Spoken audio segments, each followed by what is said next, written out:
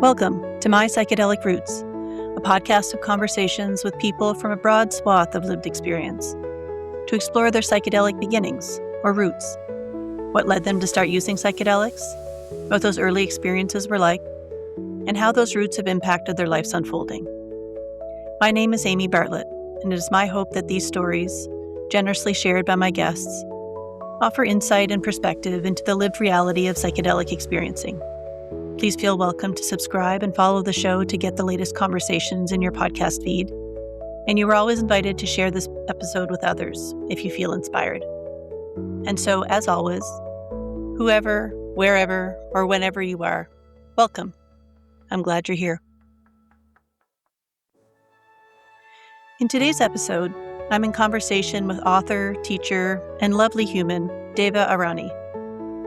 Arani's life and work explores what it means to integrate profound experiences into our lives.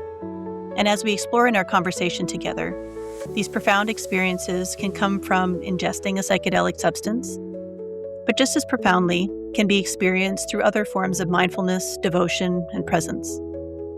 A teacher of yoga and meditation for over 2 decades, she has walked the intertwined paths of somatic healing, contemplative practice, and sacred plant medicine, learning that insight alone is not what transforms us, but the way we come back into our body, into relationship, and into presence. She is the author of Integration Alchemy, The Real Ceremony is Your Life, a book devoted to the art of integration, as well as The Mother Ache, which explores healing early relational wounds through compassion, embodiment, and feminine wisdom. In our conversation together, we hear about Arani's complex and painful childhood, and the embodied connections to nature that helped resource her as she navigated these confusing foundational experiences. We also learn about her deep meditation experiences of non-duality and self-compassion, all of which set the stage for her first psychedelic encounter with ayahuasca in Peru many years ago, as well as establishing her ongoing relationship with her spiritual community and as sacred plant teacher. It was a privilege to get to know Arani in this wide-ranging and intimate conversation, and I was touched by her generosity, vulnerability, humility, and self-awareness. It was an inspiring conversation together, and I'm grateful to have had the opportunity to begin our acquaintance in such a meaningful way. And so, let's hear more about Arani's psychedelic roots. Wonderful. Arani, welcome. Hi, Amy. Thank you so much for having me. It's lovely to have you here, and thank you for being open to sharing the story of your psychedelic roots. Before we jump in today, is there anything important that you feel like people should know about your background or your life today before we move into conversation together?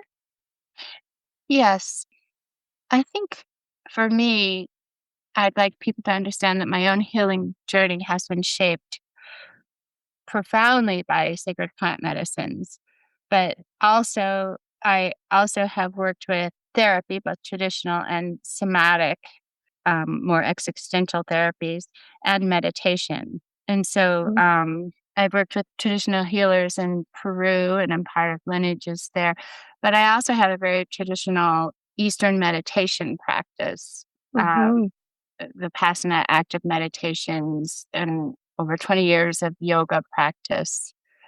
And so for me, when I think of my own healing journey, there is a deep and abiding, rich path working with sacred plant medicines, but that's not been the only leg of my stool, if you will. Yeah. I believe that the other modalities are equally as helpful and important, especially for integration. Yeah, that's really beautiful. Thank you for weaving that in. And so I wonder, as we move back and into your roots, before all of these practices and before you were building all of these skills around how you move through the world and understand yourself, who was Arani as a little kid? What was true to you when you were growing up? Well, that's a complicated question on one level, and on another level, not so much. I was starting with probably one of the deepest ruptures in my life. My mother left me when I was 4, And so Mm. there was a That's right. deep abandonment experience. Mm. And that shaped a deep wound around having a sense of not being, if you core beliefs, or what I kind of refer to as early meanings of not being lovable Yeah. and not being safe. Yeah. Um, and as painful as that was, I had a very loving grandmother who took my brother and I every Saturday night for several years. And she was a Dutch woman, and she truly was a Christian in the truest sense, in that she loved Jesus with all of her heart. And she instilled kind of that understanding of his presence in my life as a little girl. Mhm. And I trusted that. I truly felt that I wasn't alone in all that was going on. On the other hand, my grandmother was married to a World War II veteran Baptist minister who Mm. had undiagnosed mental health issues. I think later in life, he was diagnosed with paranoid schizophrenia. And so he was quite scary. And his Christianity, which he modeled in the same environment, was fierce. Like, he would order all of these books on religion and study them, and it was like, "Don't touch those," those. And can remember going in and seeing him praying at the foot of his bed, and it was such an intense energy of, like, anger, if Yes. if I could use a word, and it was quite frightening for me. So, as a little girl, I was aware of both possibilities, if you were, and I was very comfortable and safe in my grandmother's possibility, but I was also aware already that her kind of faith and heart were not the only interpretation, if you will, of what it meant to be a Christian. Yeah. You've described this deep contrast that you experienced in what a spiritual practice can be in a loving space and in an intense or angry space, perhaps. How did you experience your own spirituality? Did you have any conscious awareness of your own spirituality or your own connection to the divine as part of that witnessing? I I did, in a sense, in that I felt in my heart my grandmother's love and her love Mm. for Jesus, and I related to that vibration in my own natural innocence, in my own natural kind of sense of the goodness. Mm. Even the wounded child within me longed for that, longed to be held and loved. And so Yes. for me, I responded and related to that, and was able to experience and myself in that energy field as being accepted. And so when I prayed to Jesus, I prayed to the Jesus that I knew through my grandmother. Yes. And only as I got older did I recognize that the fear-based Christianity that my grandfather experienced as a man struggling as a war veteran, as a man struggling as a minister, if you will, was not what Christianity was about at all Mm. for me. Then my father remarried, and he married a woman who was quite emotionally abusive, I'm and sorry.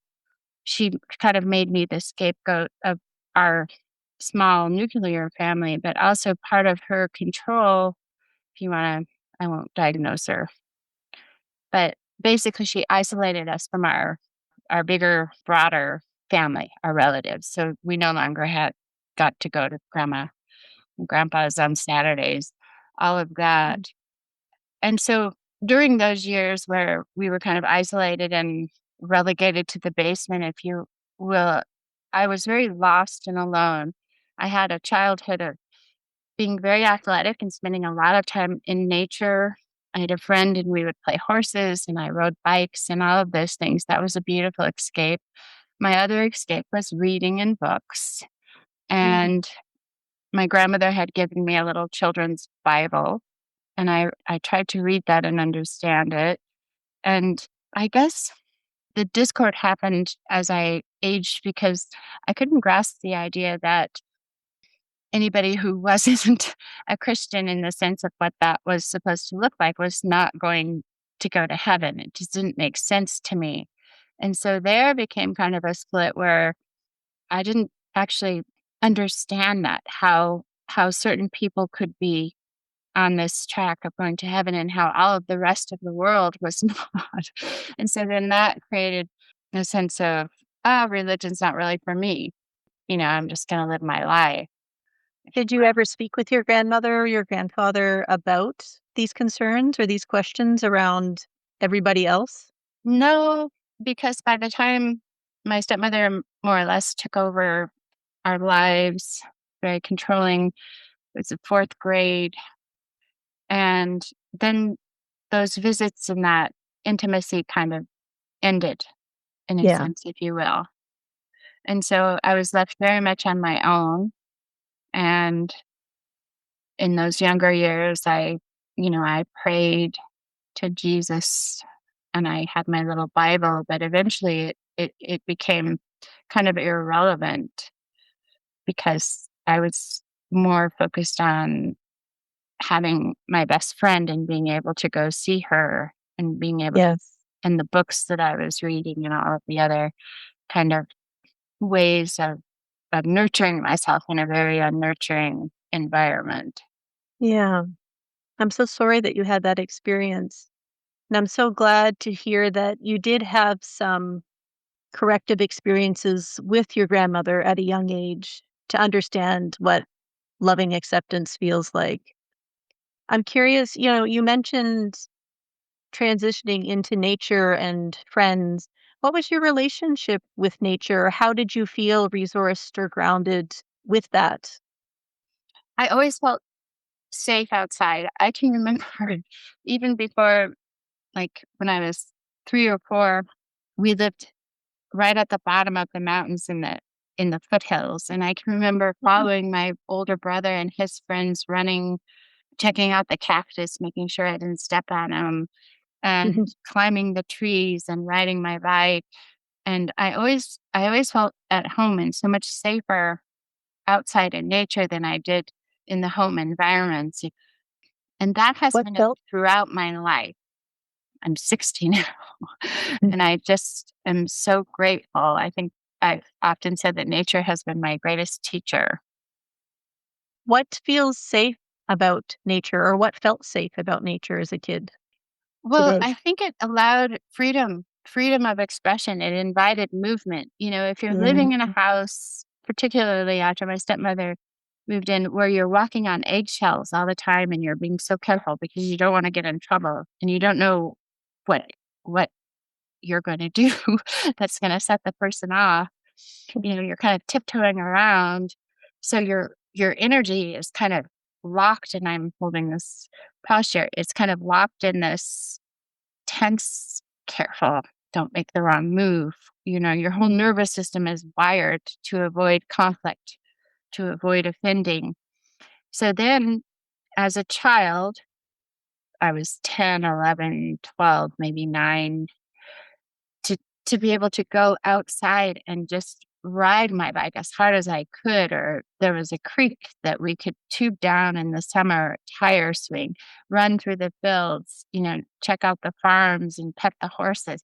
Well, all of that, what that actually afforded me was freedom. Freedom to Yes. to move my energy. And in that freedom of moving my energy, thank goodness I had that capacity because it allowed me also. I can look back. I'm just realizing this as I'm saying this, allowed a release of all of this tension that was in the house. And I always felt kind of a dread of going home from school and a great relief if I was allowed to go out. And now as a somatic kind of healing person, I can see why that was so important and so nurturing. It's because I could move my energy, and the expression that came through, I might leave the house feeling sad or scared or angry, but through the expression that came through, I always managed to come into a true essence of like joy or just playfulness, if you will. So, I'm so glad that you had access to playfulness in that yeah, context growing up, and so glad that you had such an embodied feeling of freedom amid all of the constriction and yeah, the restrictions and the feelings of abandonment and aloneness. it was a gift, and I never lost that thread. I feel very grateful that if there was one thread that I was going to weave throughout my life, it's being out in nature and moving in Mhm. nature and spending time in nature. And I've been very lucky that that has been a thread that I've been able to maintain.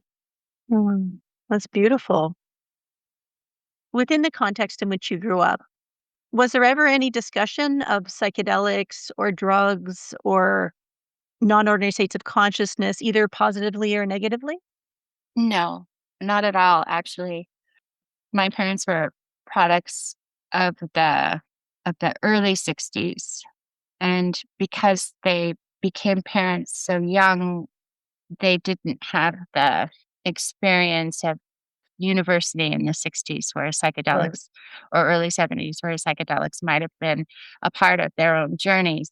They were parents, they got jobs, they were supporting kids and raising kids. And based on their own childhoods, my father's grew up in a very strict Catholic family.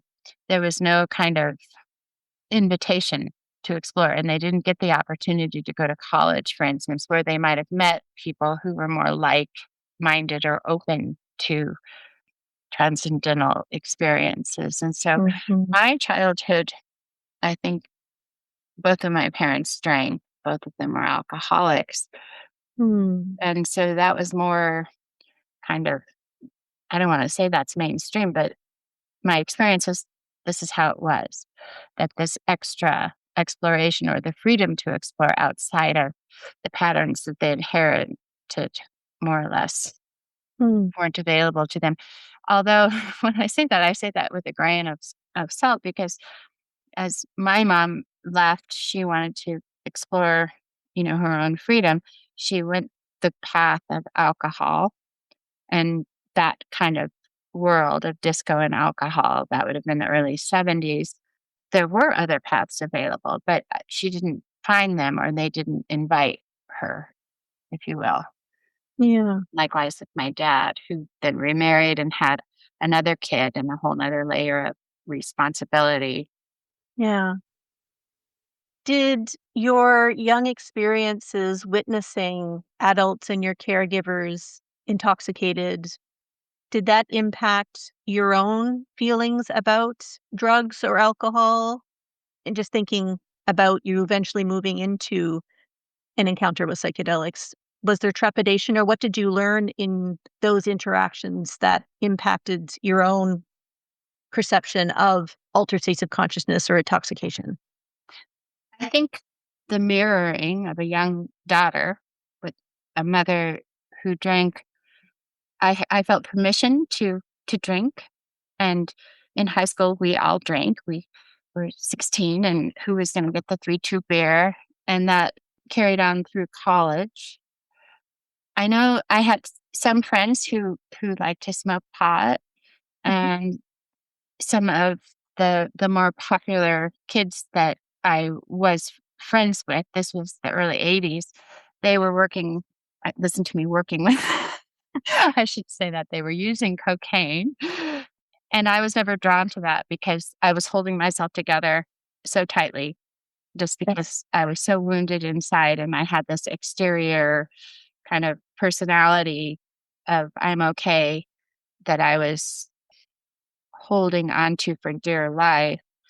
So those never interested me. I never really wanted to get in trouble, and 3-2 beer was quite acceptable, and so that was kind of the extent of my drinking. And then, of course, in my adult life, I continued to drink, and it was a good numbing agent, but I never allowed myself to step over the line, if you will.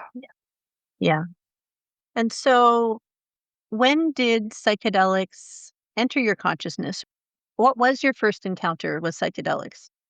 Well, there's a slight backstory, so bear with me. Mm-hmm. When I was 30, I started doing long distance running, and I had my first experience of meditation, that runner's peak.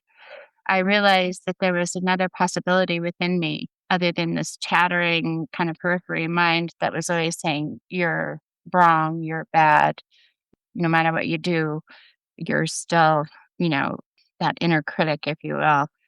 On these long runs, I experienced this whole other possibility within me. That put me on a path of realizing this possibility. Well, what is this? This is meditation. So I started a meditation practice. This was the beginning of my spiritual journey. And so by the time I was 40, I realized that my outer life did not match these new understandings that were coming through. So I kept trying to make it work. I'm very stubborn. 10 years of trying to make this fit together, this puzzle, and it didn't. So finally I had to kind of start over from scratch, which meant getting a divorce, moving into a place of my own. And as I let go of what wasn't serving, more doors started to open, and there were some beautiful group processes that I was able to do. And I went to India, for instance, and I did a primal group for a very, very deep dive into healing. So I started to identify as very much a person on the meditation path, the traditional Eastern meditation path. A couple of years after my divorce, I started dating a man who had spent a lot of time in India and was also on a deep Eastern meditation path. And so now I have this new identity.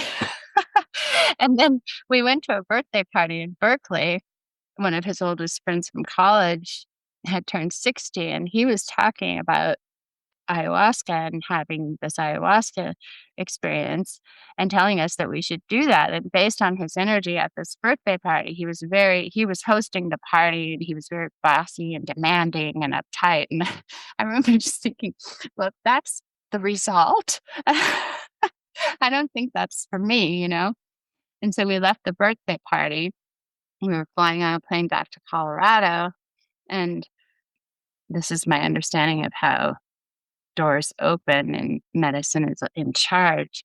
I opened a memoir that I had brought specifically because it was written by Isabella Allende, and she lived Mhm. in the North Bay. And so I had, kind of looked through my bookcase and thought, oh, I had started that and haven't years ago. And so I took it, and on the plane, I opened it up. There was a bookmark where I had stopped reading it. And that chapter was her description of wanting to reconnect with her abuelas and the lineage, her maternal lineage. And so Mhm. right away, she jumped into flying down to Peru and having her experience with ayahuasca. And I was reading this, and it was amazing. And the way she described it, I turned to my beloved on the plane, and I basically said, is this what Scott was talking about? Is this the experience? And he said, yeah, that's exactly what we were invited to. I was like, okay, well, I'm there. It was just a huge yes. I just knew every part of my body was just like, wow, amazing. So we signed up for a dieta and flew down to Peru a few months later. And I had my Oh, first ceremony in Amaloca with a traditional Peruvian shaman. And wow. wow. Do you mind if I ask a couple questions Oh, as no, part not of at all. setting the scene? Yeah, I'm happy to I mean, share. that's a beautiful synchronistic unfolding in terms of how psychedelics came into your consciousness and how you became curious about your relationship with them rather than just as a standalone substance, as it were. I'm curious, you talked about your meditation practice as a precursor to moving into this encounter with psychedelics.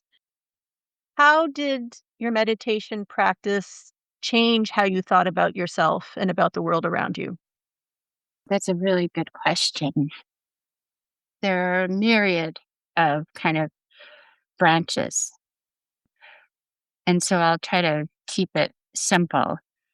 W- Through the meditation practice, I developed a sense of belonging that I had never experienced in my life. That early rupture, the abandonment, the abuse, What uh, were you connecting with? with myself, which Yeah. was truly such a gift. I hadn't realized how disconnected I was from my own inner world. I had been focused on outer achievement as a way to survive and fit in and belong and be loved. And all of it was effective in terms of survival, but it was no longer serving me because I was completely disconnected from my own truth and what was actually right for me. So the first thing that happened to me when I started meditating was I started getting this vibration of, you know, this is not who you really are. You're you're giving yourself away because you're afraid of being abandoned again. And these people don't actually know who you are. They're just receiving and not I don't know how to describe this, but basically you're giving yourself away. You've Yeah. gotta stop. You've gotta turn your energy in and start taking care of yourself. So there's the aspect of self-acceptance, but there's also the other big aspect. Self-love is like a verb to me, is self-responsibility. Because when we're disconnected from our own needs and our own internal intuition and our own internal kind of understanding about what's our truth, if you will, we also are disconnected from taking responsibility for our lives. And we're kind of living it on the surface and going along with what everybody else is kind of doing. And so I would say the the meditation practice over the 10 years that I was deeply committed to it before I experienced the sacred plant medicine, it was all about learning to turn back to myself and my own journey Mm. and also take responsibility for my own healing. And Yeah. that's when you get out of these adaptive archetypes, like the victim archetype, like I had such a terrible childhood, no wonder I'm so screwed up, or whatever those archetypes are. We all share them, they're universal. And then when you step into responsibility, it's like they no longer are driving your vessel. Then suddenly Yeah. you have agency. And Mhm. it's actually a lot of work. It's very painful because in order to take responsibility and open to the fact that self-love is possible, we have to acknowledge where we and when we stop loving ourselves or when we disconnected from that and actually Yes. go into that space of like, ow, wow, this is what I've been holding. Yes. That's so beautiful, Arani. And I'm so pleased to hear how resourced you were with that practice as you moved into your first experience. Knowing the kind of resourcing and the kind of self connection that you were able to regain in your meditation practice, how did you prepare yourself for moving into that first experience? Honestly, I didn't. I mean, I kind of I it was so quick. I mean, it was like we're going to Peru and then it's like, okay, well, what do we pack? What do we bring? I had staffed a group process in Costa Rica where it was so hot and I had a heat rash and so many bugs. And so I was really more preoccupied about spending, 2 weeks in the jungle and how to, protect my skin and all of the things. And I guess looking back, I think, what on earth? I just so I didn't actually even go online. This was over 20 years ago, so I'm not sure what was available online. It wasn't like Google is today. I just trusted and thought, "Oh, I'm gonna go work with a shaman in Peru. This is gonna be great." And Isabella Allende did it, and, I did have an interview with the person who was organizing, and that was super helpful. And I was quite surprised because she asked quite a bit of detailed questions about my mental health and my background. And I was thinking, well, those are very intimate questions. And so I did have a sense of understanding of the kind of serious process that I was stepping into based the kind of screening process that I went through. And then I just jumped. I was really more occupied about not getting a heat rash again, or how do I keep the insects at bay. Okay, I mean, Turns out, caretaking yeah, our meat sack is as important exactly. sometimes. And Yeah. And it turns out that the jungle environment that we landed in Peru was much more benign than the experience that I'd had in Costa Rica. That was very good. helpful. So And so, if your first psychedelic experience were a chapter in your life story, what would the title of that chapter be? it would be, oh, I'm so grateful. Oh, what a gift. It's been working with the sacred plant medicines of Peru. I've been able to have a very deep and inviting relationship over the course of the last 20 years. And I've experienced so much healing and so much gratitude, Mm. to be in a place of deep humility and deep respect for both for the sacred plant medicines, but also for the lineages who have held these for millennia. So Yeah. I think the chapter would be thank you. Mm. Thank you. So, paint us a picture of that first experience and that first encounter. So, you got on a plane with your partner, kitted to the nines, just in case anything was Right. going to go awry physically. And you ended up at a Maloka at a retreat center. And how did things unfold for you? What were your Uh, first impressions? that my first impressions was it was just an incredible group that we went down with, and they were all kind of seasoned seekers, if you will. This was in the days before ayahuasca was so kind of the megaphone. And so I just really felt comfortable in the group and very much kin. When we first met the shaman as we were coming into the jungle, he asked my partner and I, how many times we'd done ayahuasca. And when we told him, he had the biggest belly laugh. He was just pointing at us and laughing. And I thought, oh my gosh, what have we kind of signed up for? And then landing, and the jungle is so beautiful. It's such an incredible gift to spend time there. So my first day preparing for ceremony was really more about look at these butterflies and wow, what is that? A caterpillar, and I'm going to go bathe in this river. It was very grounding and nurturing, and it's really like being in the womb of the medicine, if you will. And I felt that. That's Yeah. beautiful. Thinking back to your childhood and the role that nature played, it's nice Yeah. that echoed into that feeling of safety and holding and nurturing. Yeah. Mm. And then the first ceremony was so beautiful. And it took a while for the medicine to come on for me. And so already people were purging, and my partner I could hear him purging and purging. And I was thinking, oh, it's not working. And the shaman went around and did the first blessing. And I remember trying to teleport, I don't feel anything, in my mind. And then he asked for us to come up for a second dose, and I scooted right up to the altar, and he gave me a dose, whatever that was. I went back to my seat and I was gone. And the thing is, I the first journey was so beautiful and so healing. I found myself at the death of my maternal grandmother, Epi, the same woman.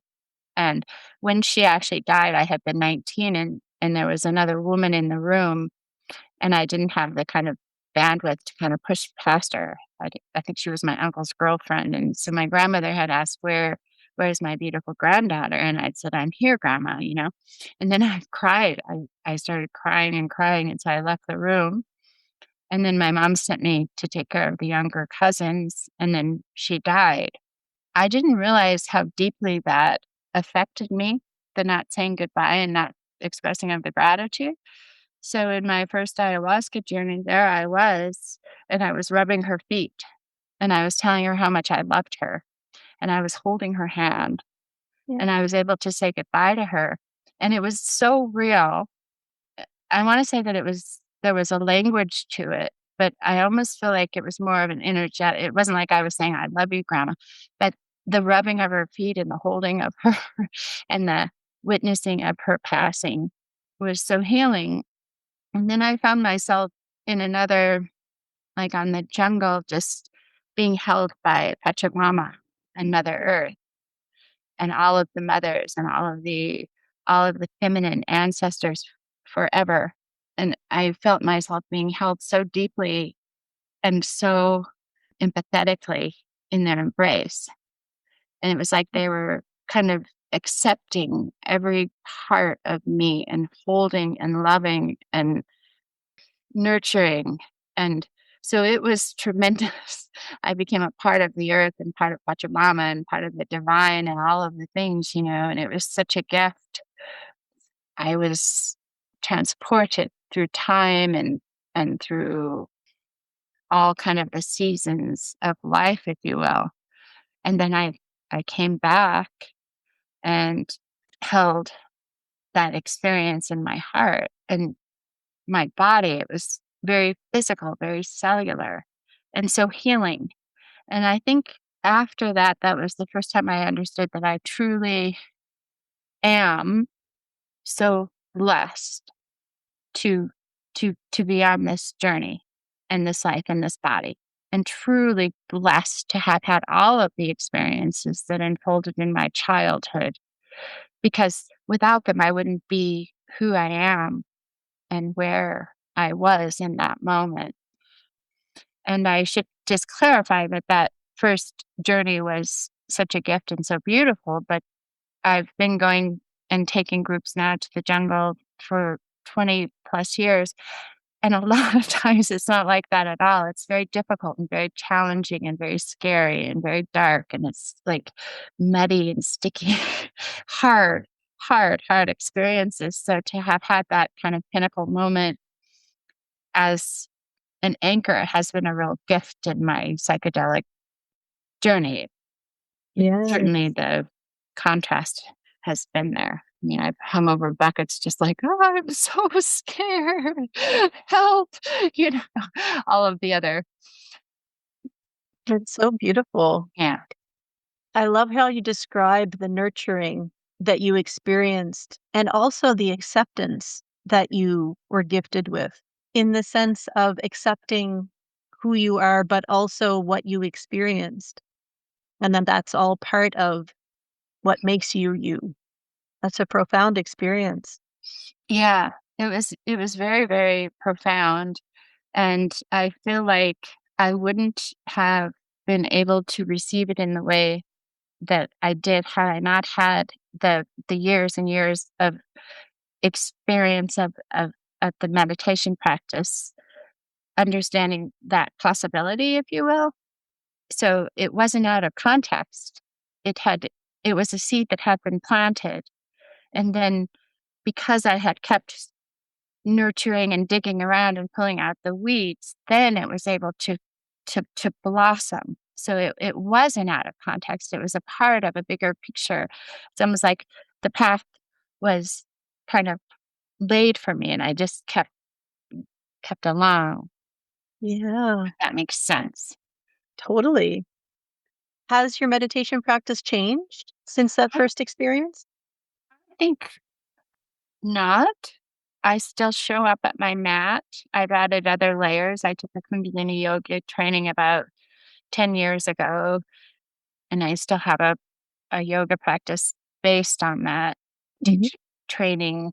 But I think my understanding, my experience of sacred plant medicine is that if I were going to describe it in a nutshell, it's deepened my meditation practice. So when I sit down at the mat, I have a deeper ability to witness and or come back to center and self.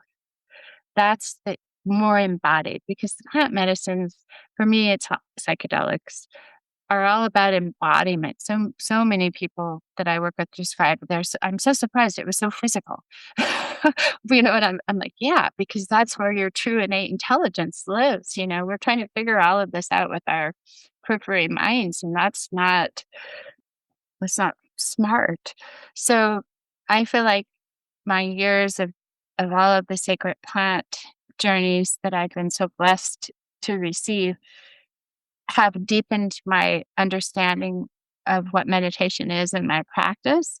And it's also created sort of a sense of responsibility, because I now take a group every year down to the Amazon. And so it's not an isolated kind of event in my life.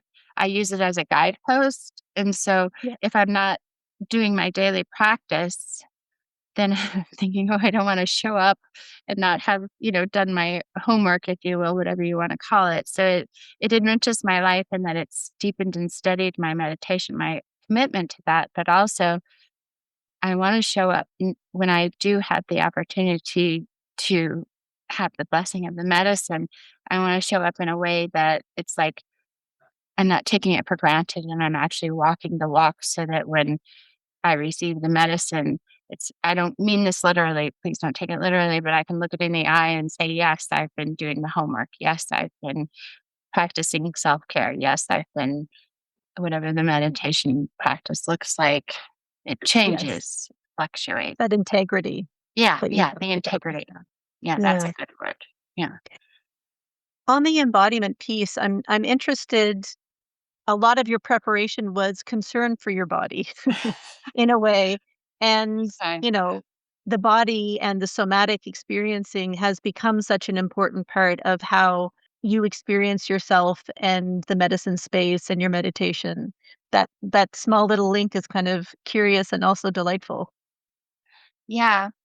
Well, I think for me, it's it's been partly intuitive, and partly I've been blessed to be on this path with people who have studied. So a few of my very dear friends are now somatic experiencing facilitators, practitioners. Mhm. Um, it's hard to explain, but I people started coming to me for sacred plant medicine integration, and I was always happy to sit with them and support. And of course, when I started taking people dietas, there was an initial kind of grounding session. They would ask for more sessions, and then there were integration sessions, and they asked for more sessions, and then the word of mouth.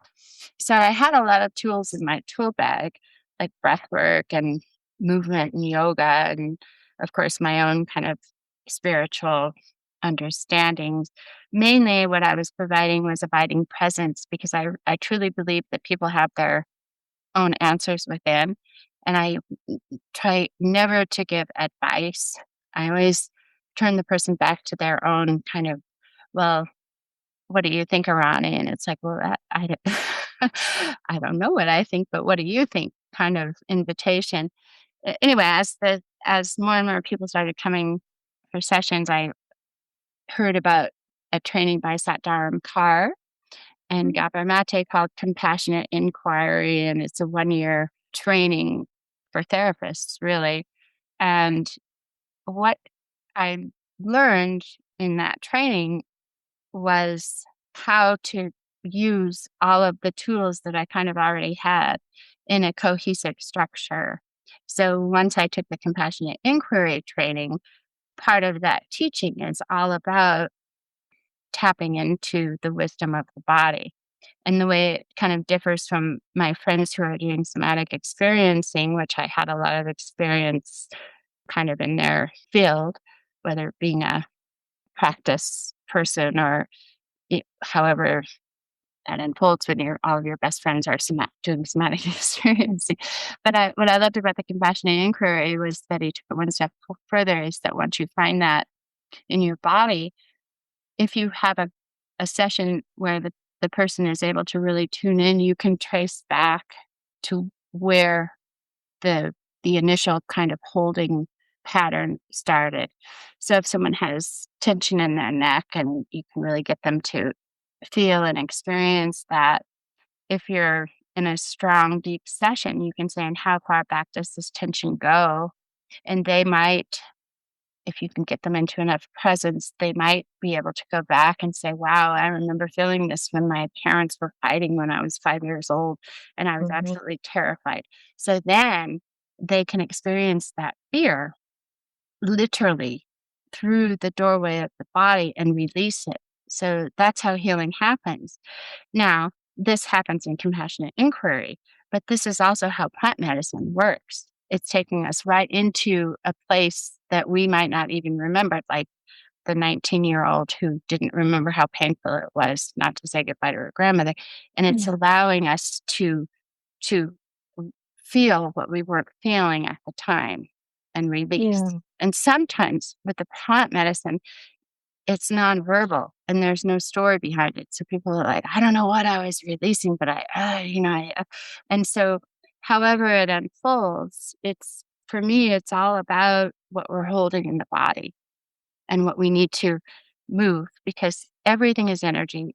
Everything in the body is energy, and energy is fluid and it wants to move. Mhm. But all of us are conditioned from a very early age to tap that energy down and hold it in. And it doesn't Yes. have to just be anger, it doesn't have to just be tears, it could be excitement, joy. Don't get so excited, don't be so loud, and then there we are. It reminds me of how you were talking about your childhood and that freedom that you felt when you moved your body and rode your bike as hard as you could. Like that Yeah, physical release feels really yeah, mirrored in what you're saying.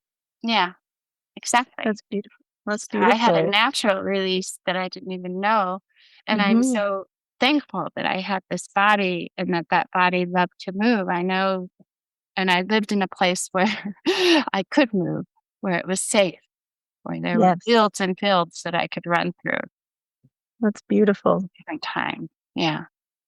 Arani, is there anything that you wish you had known before this first psychedelic experience that you had? Hmm.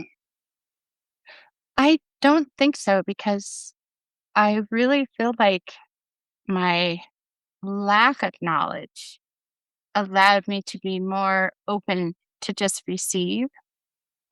I had no expectations. I had no kind of thought of this is what ayahuasca does or this is how sacred plant medicine works.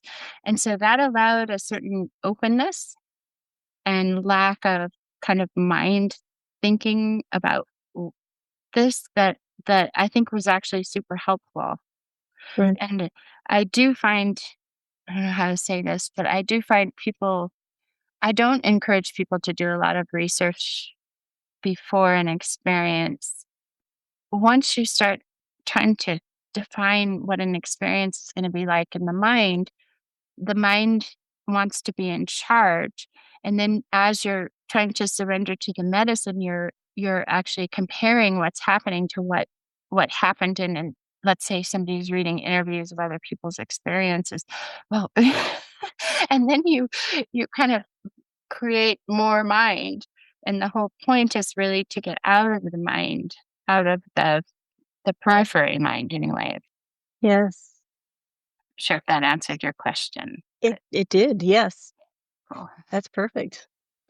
As we close our conversation today, it's been so lovely to hear your story and also to hear so much of what you've learned on your journey and the sort of multiplicity and transpersonal nature of how you experience yourself in medicine, but also in life. I'm curious, what is your relationship to psychedelics today? Well, I continue to maintain my deep and committed path. And what that looks like for me is taking a group down on a traditional dieta every year. Mhm. And I mean, I don't know how many years ago, we actually lived or stayed in Peru for a while. And then coming back and kind of walking the walk of the medicine, which is really reciprocity. And what I mean by reciprocity, it's not like giving back, although certainly when I bring the people down, we're helping support the land, the medicine, the teachers, the guides, the helpers. there's a reciprocity that's more about kind of showing up in a good way, in an honest way, in an authentic way, and bring awareness and kindness to people who have not been blessed to have these opportunities. So patience, not having judgment, but acceptance, that abiding presence, if you will. I think that's a thread that I carry around the year, and then I always get to go back and get all cleaned out in the jungle. So Yeah. You said the title of the chapter in your life story would be "I'm so grateful." It feels like reciprocity is such a natural result of deep gratitude. it And so that absolutely is. really, Yes, it yeah, absolutely is. And I think both of my books, I end both books in that. Well, there's love, there's gratitude. This is our natural state of being when we take away all the layers of protection. And then there's reciprocity. And when reciprocity flows from a state of love and gratitude and it's natural, it's able to be received in a way that is so healing. There's no yes, strings attached. I don't know how else. I think you understand what yes. I'm saying. I can see that you do. I do. Yeah. Arani, it's been such a pleasure. As we wrap up, what is the most important lesson that you've learned from your explorations with psychedelics thus far? I think the most important lesson that I've learned is the importance of humility, that I'm not in charge. And as I spoke earlier about agency and responsibility, on a deeper level, there's a sense of letting go of the idea that I'm actually important in the overall picture. And yet I matter. So that's kind of I don't know I mean, it's like a balance. I matter. Everything that I do in terms of my own healing journey has potential to have a ripple effect. And that ripple effect can and will touch other people's lives. And at the same time, it's not really me. I'm not really that important. And to be humble and to approach my life as an offering rather than a goal or an agenda or a kind of, I don't know how to say it exactly, uh striving. The There's no need to project? strive. There's Hmm. just a need to bow and to allow, and at the same time there's an obligation to show up and do the best that I can. Beautifully put. So much of this work is holding the and I think you've so beautifully articulated one of those core ands. Yeah, it is the and. That's a beautiful way of putting it. I hadn't heard it that way, but I like that. It is the Yeah. and. Yeah, Mm, it's both. yeah. Well, thank you for sharing all of your ands, the contrast of your childhood, that beautiful first psychedelic experience, and some of the rich lessons and teachings that you've received in Oh, your I'm happy unfolding. to share. I'm happy to share. And thank you so much for the invitation and having me on your podcast. I really appreciate it. Of course. Happy to be a part. Thank you, Arani.